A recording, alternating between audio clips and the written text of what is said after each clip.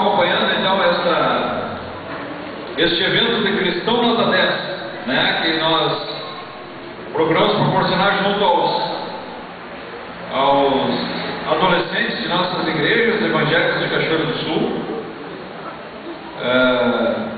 Tivemos então o primeiro bloco com 15 questões, o segundo bloco com mais 15 questões, e o terceiro bloco nós tivemos 11 questões, 10 questões, das quais 2 tinham sido canceladas no primeiro bloco, uma no primeiro e outra no segundo bloco.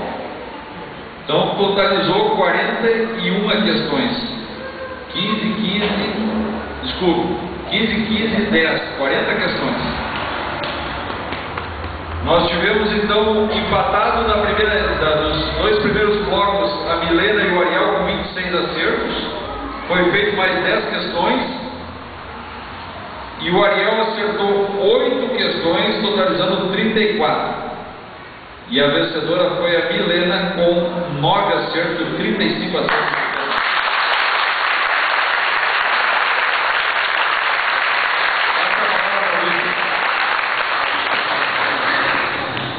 Pedimos aos candidatos, todos os candidatos que participaram, que se coloquem à frente, por gentileza, para as premiações, então, correspondentes. Chamamos a Ana Carolina, o Vitor, a Vitória e a Tássia também, que está se deslocando ali. Convidamos neste momento, então, dos candidatos que estão à frente, se tiver pais presentes ou líder responsável da sua igreja, correspondente.